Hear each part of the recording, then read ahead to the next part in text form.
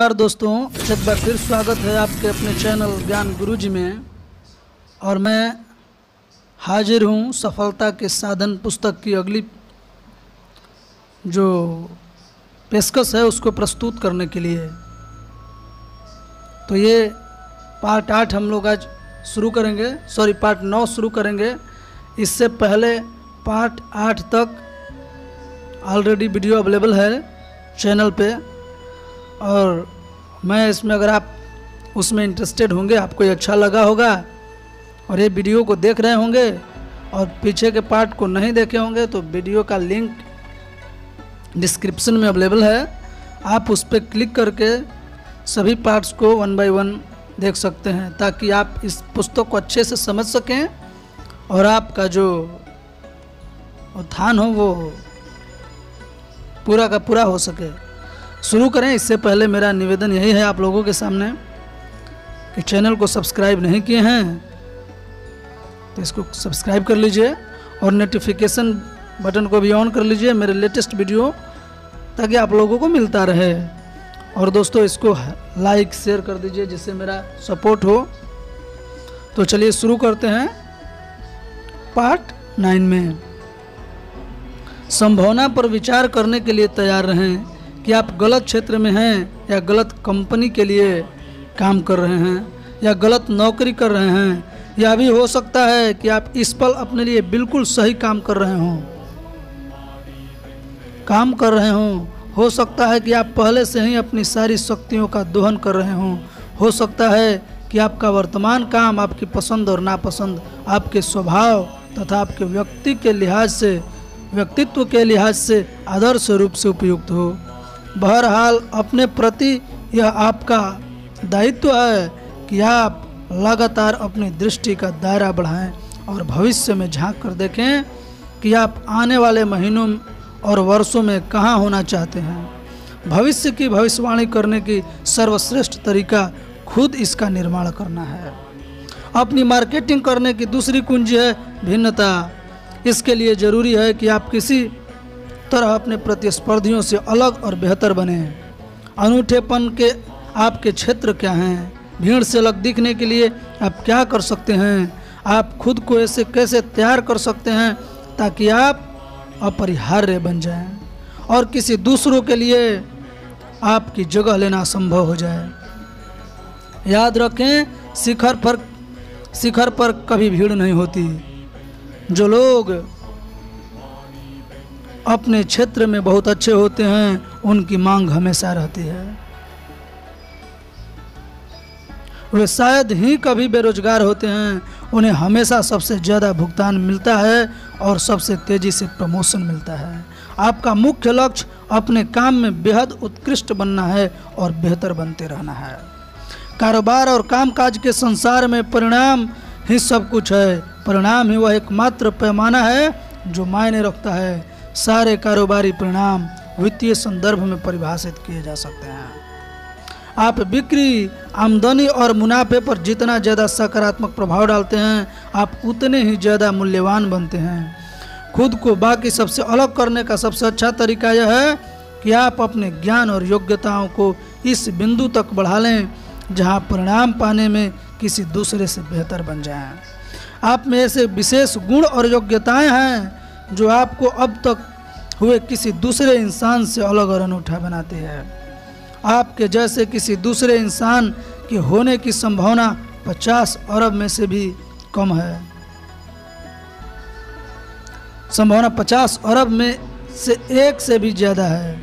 शिक्षा, अनुभव, ज्ञान, समस्याओं, सफलताओं, मुश्किलों, चुनौतियों और जीवन व लोगों को देखने व प्रतिक्रिया करने के आपके अनूठे तरीके का उल्लेखनीय व असाधारण मिश्रण सचमुच आपको पूरे संसार में असाधारण बना देता है। आपके भीतर इतनी क्षमताएं भरी पड़ी है जिन्हें विकसित करने पर आप जिंदगी में अपनी हर मनचाही चीज़ हासिल कर सकते हैं।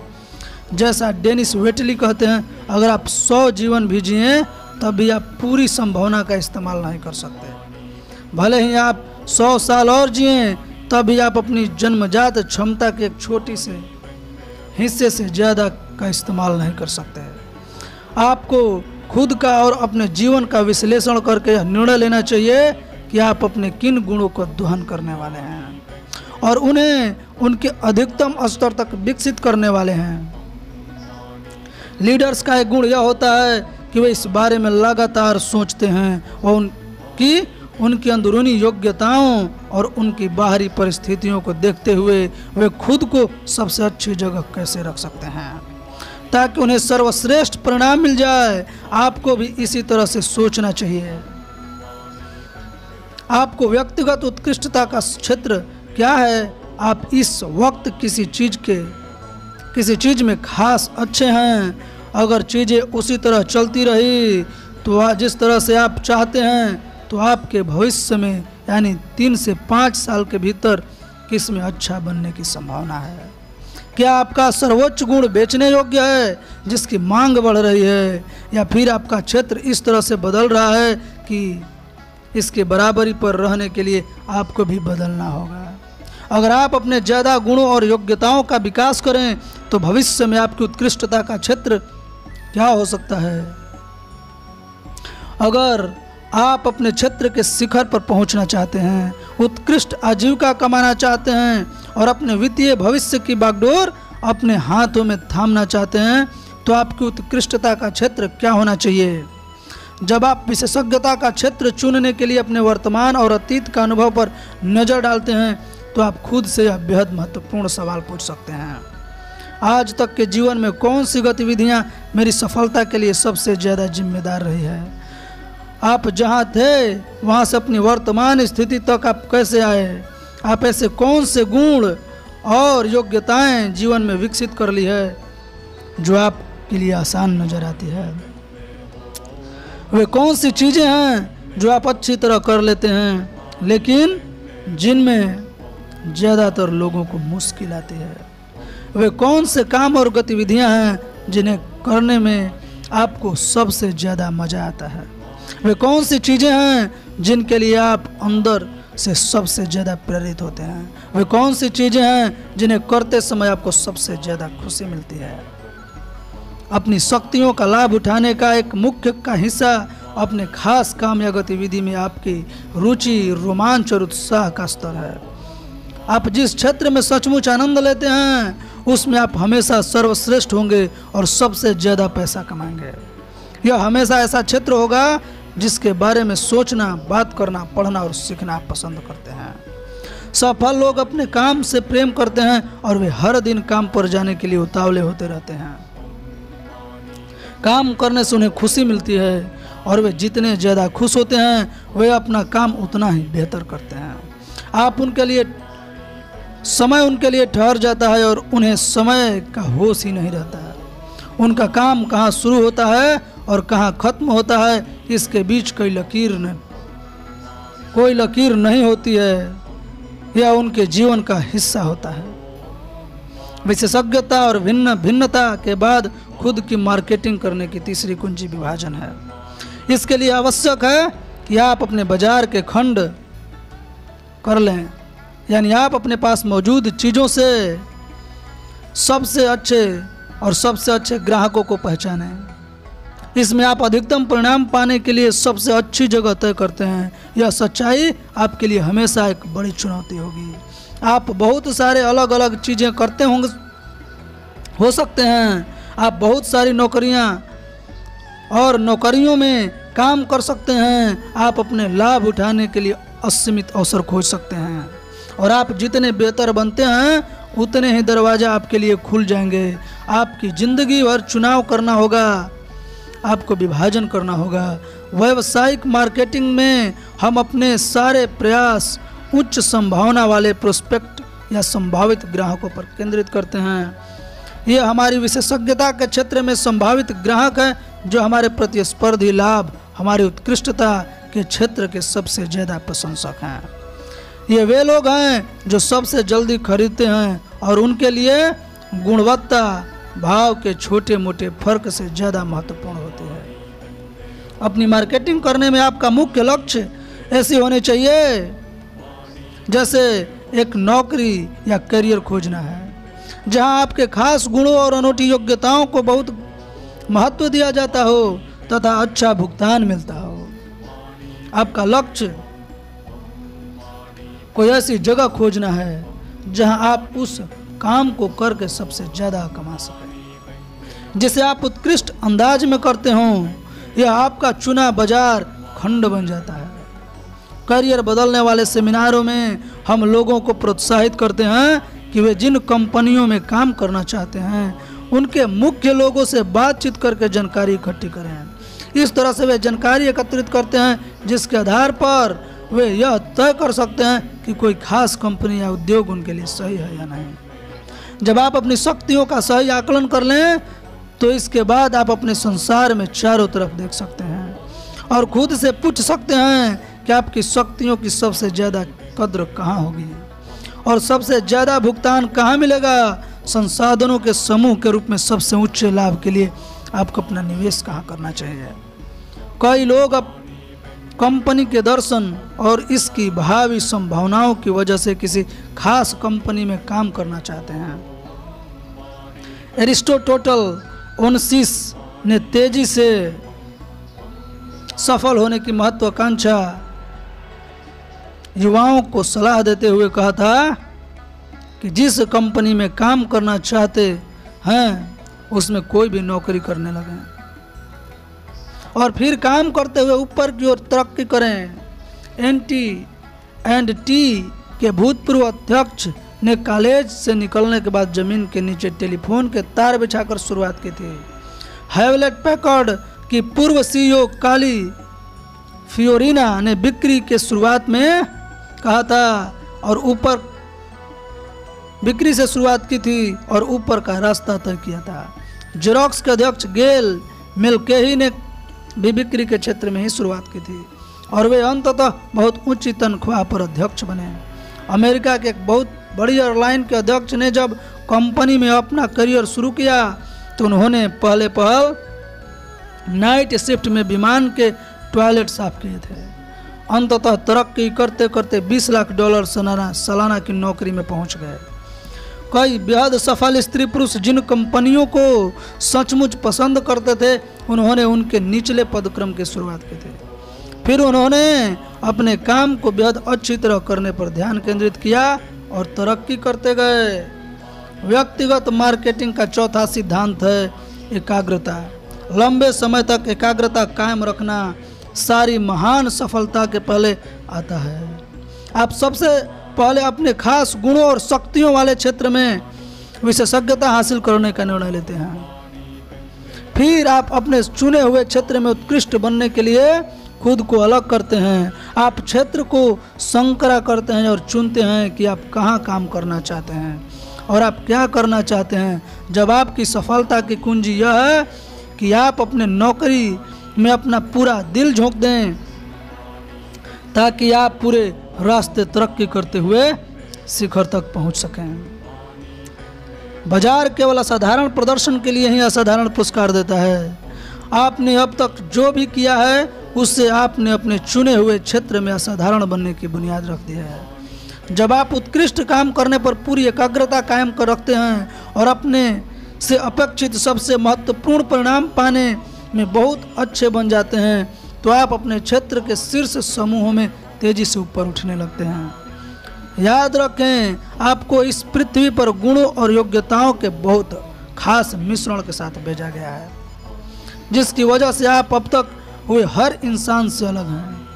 आप आज जो भी कर रहे हो यह उसके करीब भी नहीं है जो आप सचमुच कर सकते हैं।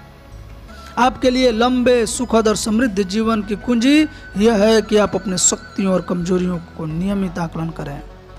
उन क्षेत्रों में बहुत अच्छे बन जाएं जहां आपको सबसे अच्छा आनंद आता है और फिर अपने काम में अपना पूरा दिल झोंक दें। जब आप यह करते हैं तो आपका भविष्य सीमित बन जाता है। सफलता का क्षेत्र में शायद सबसे रोमांचक खोज यह एहसास है कि आप जो चाहते हैं वह बनने, पाने और करने के लिए जिस भी चीज़ की ज़रूरत है वह हर चीज़ आपके भीतर है। आपके पास भारी गुण, योग्यताएं और काबिलियत है जो निखारे जाने का इंतजार कर रही है। जिस तरह जमीन के नीचे पड़ा तेल का भंडार सतह तक लाए जाने का इंतजार कर रहा है। आप अपनी भूमि पर कुआं खोदने के लिए जिस उपकरण का इस्तेमाल करते हैं वह अपनी खुद की शक्तियों का दोहन करने का निर्णय है। अपनी क्षमता को मुक्त करने की कुंजी यह है कि आप अपने भीतर झांकें और तय करें कि आप किस चीज को करने के लिए आदर्श रूप से उपयुक्त हैं, फिर उसे उत्कृष्ट अंदाज में करने में अपना पूरा दिल झोंक दें। जब आप ऐसा करते हैं तो आपके लिए हर चीज संभव हो जाती है। अध्याय 6, सफलता के लिए खुद को सही स्थिति में लाएं। क्रांति की दौर में आपका स्वागत है। ज्यादातर मानवीय इतिहास में हम विकास के आदी रहे हैं। हम क्रमशः परिवर्तन व प्रगति के युगों में रहते आए हैं। जब घटनाएं सीधी लकीर बन जाती है और कई बार बढ़ जाती है, कई बार परिवर्तन की प्रतिक्रिया ज़्यादा तेजी से चलती थी, कई बार धीमी थी, लेकिन हम हमेशा प्रगतिशील नजर आते हैं और एक पैदान से दूसरे पैदान पर चढ़ती थी, जिसमें आपको योजना बनाने, भविष्यवाणी करने और बदलने का अवसर मिल जाता था। आज परिवर्तन की गति न सिर्फ पहले से ज़्यादा तेज है, बल्कि यह अनिरंतरशील है, यानी यह बीच बीच में टूटती रहती है। यह बहुत से असंबद्ध क्षेत्रों में हो रही और हम में से प्रत्येक को अनपेक्षित तरीकों से प्रभावित कर रही है। सूचना प्रौद्योगिकी में परिवर्तन हो रहे हैं जो चिकित्सा के परिवर्तन से अलग हैं, जो हमारे जीवन काल और जीवन शैलियों को प्रभावित करते हैं। यातायात में होने वाले परिवर्तन शिक्षा के क्षेत्र में होने वाले परिवर्तन से अलग हो रहे हैं, जबकि राजनीति के परिवर्तन वैश्विक प्रतिस्पर्धा के परिवर्तन से अलग हो रहे हैं। पारिवारिक संरचना और संबंध में होने वाले परिवर्तन देश के अलग अलग हिस्सों में नए व्यवसाय और उद्योगों का उत्थान और पतन से अलग हो रहे हैं। तीव्र अनिरंतरशील परिवर्तन की यह दर बढ़ती जा रही है। फलस्वरूप हम में ज़्यादातर हम उसमें कष्ट उठा रहे हैं, जिसे एल्विन टॉफलर ने भविष्य की सदमा कहा था। आप इन परिवर्तनों की विशालता के बारे में बहुत ज़्यादा नहीं कर सकते, लेकिन एक चीज़ जरूर कर सकते हैं, यह है अपने बारे में गंभीरता से सोचना और अपनी सुरक्षा व स्थायित्व की बुनियादी ज़रूरतों का इंतजार करना। यह नौकरी की सुरक्षा और वित्तीय सुरक्षा के क्षेत्रों में जितना महत्वपूर्ण है उतना किसी दूसरे क्षेत्र में नहीं है। आपको अच्छी आजीविका कमाने और अपने लिए आगे आने वाले महीनों व वर्षों का इंतजार रखने की अपनी योग्यता पर विशेष ध्यान देना चाहिए। आपको अपनी आमदनी कमाने की योग्यता के बारे में सोचना चाहिए। आप आज आजीविका कैसे कमा रहे हैं और आप कल आजीविका कैसे कमा सकते हैं। भले ही भविष्य लगातार ज़्यादा अनिश्चित होता जा रहा है, जिसकी भविष्यवाणी नहीं की जा सकती, लेकिन आपको आने वाले कल के लिए खुद को सही स्थिति में लाना चाहिए। आपको न सिर्फ लगातार और गंभीरता से अपने वर्तमान काम और अपनी कमाने की योग्यता के बारे में सोचना चाहिए, बल्कि उस काम के बारे में भी सोचने की ज़रूरत है जो आप 1, 3 और 5 साल बाद कर रहे होंगे। चाहे जो हो, आपको वित्तीय सुरक्षा हासिल करने के लिए लक्ष्य योजनाओं हमेशा तैयार रखनी चाहिए। लॉर्ड मैनर्ड किन्स ने एक बार कहा था कि आपको भविष्य के बारे में काफ़ी सोचना चाहिए, क्योंकि वहीं आप अपना बाकी का जीवन बिताने वाले हैं। लोग एक भारी गलती करते हैं जिसके बारे में बुरे दीर्घकालीन परिणाम होते हैं। वह गलती यह है कि वे सिर्फ वर्तमान के बारे में ही सोचते हैं और इस बात पर बहुत कम विचार करते हैं कि आने वाले महीनों और वर्षों में क्या हो सकता है। आपकी भावी खुशी, सुरक्षा, आनंद, संतुष्टि और व्यक्तिगत संतोष के संदर्भ में भविष्य के बारे में सोचने की कोई दूसरा क्षेत्र इतना महत्वपूर्ण नहीं है जितना कि आप मध्यम और दीर्घकालीन भविष्य में आजीविका कैसे कमाएंगे इस पर सोचते हैं। अमेरिकी कॉरपोरेशन हर साल लाखों लोगों की छटनी करते हैं।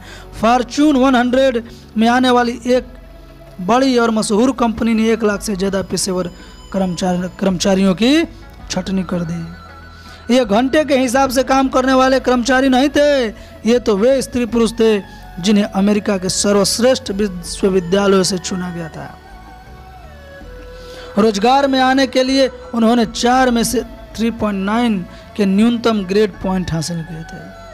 फिर से उन्हें 2 से 5 साल का प्रशिक्षण दिया गया था, जिसके बाद ही वे अपने वर्तमान पद पर आए थे। छटनी के वक्त उनके पास औसतन 11 साल का अनुभव था, जिसमें शिक्षा और प्रशिक्षण की अवधि को शामिल नहीं किया गया है। इसके बावजूद एक ही कंपनी में बेहद बुद्धिमान और बेहद योग्य और अनुभवी 1 लाख से ज़्यादा लोगों को नौकरी से निकाल दिया गया। ये स्त्री पुरुष घर लौटकर फ़ोन का इंतजार कर चुके थे कि उन्हें नौकरी पर दोबारा बुलाया जाएगा। उनकी नौकरियां हमेशा के लिए चली गई थी। हमेशा शिक्षा और अनुभव के माध्यम से उन्होंने जो कुछ सीखा था वह काफ़ी हद तक बासी हो गया था। कार्यस्थल में इसका बहुत कम महत्व रह गया था या बिल्कुल भी नहीं रह गया था। उनमें से ज़्यादातर को अलग नौकरियों और अलग उद्योगों में दोबारा शुरुआत करनी पड़ी। नौकरी से हटाने की यह प्रवृत्ति आने वाले वर्षों में गति पकड़ेगी। जब हमारे दादा नाना ने काम शुरू किया था तो यह बहुत आम था कि वे बुनियादी शिक्षा हासिल करने के बाद किसी कंपनी में काम करने लगे और उसी कंपनी में जीवन भर काम करते रहे। जब हमारे माता पिता की नौकरी की बारी आई तो आमतौर पर उन्होंने अपने जीवन में 3 से 4 बार नौकरियां बदली। हालांकि यह मुश्किल और अशांतिकारक था। 1960 और 1970 के दशक में बेबी बूम पीढ़ी के सदस्य नौकरी के संसार में आए और इस क्षेत्र में उथापथल व परिवर्तन के एक नए संसार में दाखिल हुए। वे बड़ी कंपनियों और आजीवन रोजगार की तलाश में थे, लेकिन अपनी कामकाजी जीवन में उन्हें अमूमन 6 बार नौकरियां बदलनी पड़ी और 30 से 40 साल की उम्र में नया करियर शुरू करने की नौबत आन पड़ी। आज राष्ट्रीय और वैश्विक अर्थव्यवस्था में उथल पुथल व परिवर्तन बढ़ चुके हैं। नौकरी शुरू करने वाले व्यक्ति 21 से 65 साल की उम्र के बीच पूर्णकालिक करियरों की उम्मीद कर सकता है। वह 2 साल या इससे ज़्यादा समय की पूर्णकालिक 14 नौकरियों की उम्मीद कर सकता है। फॉर्च्यून पत्रिका के अनुसार अमेरिका के 40% कर्मचारी अस्थायी कर्मचारी हैं। इसका अर्थ है कि वे किसी कंपनी के लिए कभी अस्थायी रूप से काम नहीं करेंगे। कंपनियों की ज़रूरत के हिसाब से वे इस कंपनी से उस कंपनी तक, इस नौकरी से उस नौकरी तक भटकते रहेंगे। उन्हें पूर्णकालिक कर्मचारियों से कम भुगतान मिलेगा और अगर उन्हें स्वास्थ्य सुविधा व पेंशन योजना के संदर्भ में लाभ में मिले तो बहुत कम मिलेगा। आज 40% कर्मचारी 1 साल से कम समय से अपने वर्तमान नौकरियों में हैं। एक 4R के दौर से गुजर रहे हैं जो हमारे कामकाजी जीवन में जारी रहेंगे। ये 4R हैं: रिस्ट्रक्चरिंग, रीऑर्गेनाइजेशन, री इंजीनियरिंग और री इन्वेंटिंग। भविष्य की अर्थव्यवस्था में बचे रहने और समृद्ध होने के लिए आपको इन शब्दों को याद करना होगा और उनके अर्थ को पूरी तरह समझकर काम करना होगा। ये 4 शब्द परिवर्तन और प्रतिस्पर्धा पर प्रतिक्रियाएं हैं। रिस्ट्रक्चरिंग का अर्थ है कारोबार के संसाधनों को दोबारा आवंटित करना ताकि उन उत्पादों व सेवाओं का उत्पादन पर ज़्यादा समय तथा ध्यान खर्च किया जाए जिन्हें ग्राहक सबसे ज़्यादा मूल्यवान मानते हैं और बाकी हर क्षेत्र में कटौती की जाए। रीऑर्गेनाइजेशन का अर्थ है पूरे कारोबार को उलट पुलट करना ताकि ज्ञान, प्रौद्योगिकी और प्रतिस्पर्धा में परिवर्तनों के साथ सामंजस्य हो सके। जो कारोबार के कई कामों को अनावश्यक या वर्षों बासी कर देते थे। री इंजीनियरिंग का अर्थ है हर काम और हर कार्य कदम का विश्लेषण करने की प्रक्रिया ताकि अनावश्यक गतिविधियों को हटाया जाए और पूरी प्रक्रिया को ज़्यादा सुचारू व कार्य कुशल बनाया जाए। कारपोरेशन में री इन्वेंटिंग करने का मतलब यह है कल्पना करने का साहस कि कंपनी जलकर खाक हो चुकी है और मुखिया कंपनी को दोबारा शुरू करने जा रहे हैं। वे कौन से काम ज़्यादा करेंगे और कौन से काम कम करेंगे, वे किस क्षेत्र में अंदर जाएंगे और किस क्षेत्र में बाहर निकलेंगे। क्या वे अपने वर्तमान व्यवसाय को जारी रखेंगे या बिल्कुल नए व्यवसाय की शुरुआत करेंगे। एक कहानी है कियोल और स्वेन एक पुराने मालवाहक जहाज में बैठकर उत्तर अटलांटिक पार करके अमेरिका जा रहे थे। जहाज एक बड़े तूफान में फंस जाता है और टूटने लगता है। ओल दौड़कर स्वेन के पास जाता है और कहता है, स्वेन, ये तो जहाज टूट रहा है। चूंकि जहाज टूट रहा है और यह डूबने वाला है, इसलिए स्वेन कहता है, हम क्यों परवाह करें, यह हमारा जहाज नहीं है। कई लोग इसी तरह के होते हैं। जब ये अर्थव्यवस्था की उथल पुथल के बारे में पढ़ते या सुनते हैं तो वे सोचने की गलती कर देते हैं कि इसका उनसे कोई लेना देना नहीं है।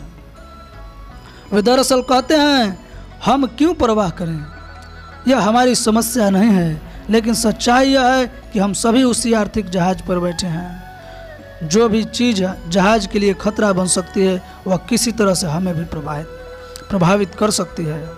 हम सभी इसमें एक साथ हैं। इसका अर्थ है कि आपको भी अपने काम और गतिविधियों को रिस्ट्रक्चर या पुनर्गठित करना चाहिए ताकि आप कंपनी और ग्राहकों के लिए ज़्यादा मूल्यवान योगदान दें। आपको खुद को रीऑर्गेनाइज यानी पुनः व्यवस्थित करने की ज़रूरत है ताकि आप ज़्यादा कार्यकुशलता और प्रभावी ढंग से समय व ध्यान के अपने सीमित संसाधनों का आवंटन करें। आपको हर दिन अपने काम की री इंजीनियरिंग करनी चाहिए यानी पुनः संयोजन करने की ज़रूरत है ताकि आप काम की ज़्यादा ऊंची गुणवत्ता और मात्रा देने की गति बढ़ा लें। अंत में आपको भविष्य के लिए खुद को रीइन्वेंट या पुनर्न्वेषण करने की सतत प्रक्रिया में रहना चाहिए। शतरंज के खिलाड़ी की तरह आपको दूर तक सोचना चाहिए। आपको क्षितिज की ओर देखने की ज़रूरत है और सोचने की ज़रूरत है कि आगामी वर्षों में अपनी आमदनी की योग्यता बनाए रखने और बढ़ाने के लिए आपको कैसा बनना चाहिए। कल्पना करें कि आपकी नौकरी आज से 5 साल बाद कैसी दिखेगी। चूँकि आपके क्षेत्र में ज्ञान संभवतः हर 5 साल में दोगुना हो रहा है। इसका मतलब है कि आपका 20% ज्ञान और योग्यता हर साल बासी हो रही है। 5 साल बाद आप एक बिल्कुल नई नौकरी कर रहे होंगे जिसमें बिल्कुल नई योग्यताओं और दक्षताओं की ज़रूरत होगी। खुद से पूछें, मेरे ज्ञान, योग्यताओं और काम के कौन से हिस्से बासी हो रहे हैं। मैं आज ऐसा क्या कर रहा हूँ जो मैं 1 या 2 साल पहले नहीं कर रहा था। आज से 1 साल, 2 साल, 3 साल, 4 साल और 5 साल बाद आपके किन कामों को करने की संभावना है।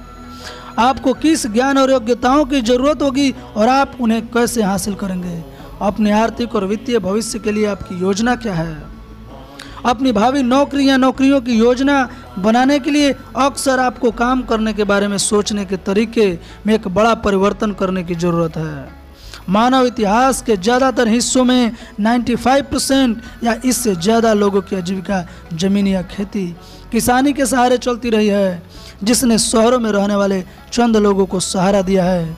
1776 में जब भाप के इंजन का आविष्कार हुआ तो इसके बाद खेती किसानी में कम वेतन वाले और अनुत्पादक काम करने वाले लोग शहर आ गए। यहाँ आकर वे उद्योगों में नौकरियाँ करने लगे जहाँ वे उत्पादन करके कहीं ज़्यादा कमाई कर सकते थे और फलस्वरूप ज़्यादा उच्च जीवन शैली का आनंद ले सकते थे।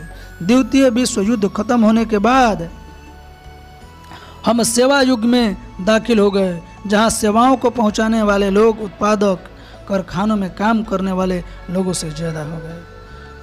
1960 के दशक में हम सूचना युग में पहुँच गए, जहाँ सेवाओं या उत्पादन के क्षेत्र में जितने लोग काम कर रहे थे उससे ज़्यादा लोग सूचना की प्रोसेसिंग में उसे पहुंचाने के व्यवसायों में काम कर रहे थे।